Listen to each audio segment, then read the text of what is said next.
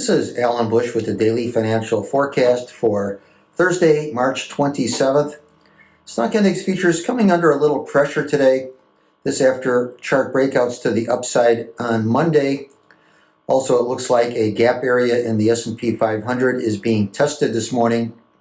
We did have a couple of economic reports today. The final fourth quarter 2024 gross domestic product report showing an increase of 2.4%. That was as expected. And personal consumption expenditures annualized up 4%, which compares to the anticipated increase of 4.2%. Also, jobless claims coming in very close to the guess, 224,000 when 225,000 were predicted. Also, there is one other report. That's the 9 o'clock Central Time February pending home sales index, and that's estimated to be up 2.9%. Longer term, it still appears that a more accommodative Fed will support this market. Also seeing a lot of bearish commentary. I think that is probably something that I think will need to be faded.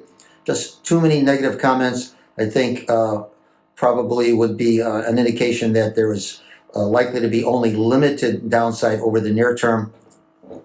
Currency markets, the dollar index, under a little pressure today. Interest rate differentials continue to be bearish for the greenback. Also, we are coming up against a 2-week uptrend line in the dollar index, which I think will ultimately be penetrated on the downside.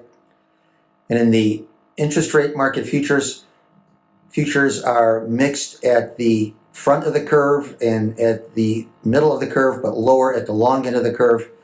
Very little reaction to the 7:30 reports, the GDP and jobless claims numbers. Even though we have come under some pressure in the last couple of weeks, I think the downside from here is probably limited due to prospects of the Fed becoming more accommodative.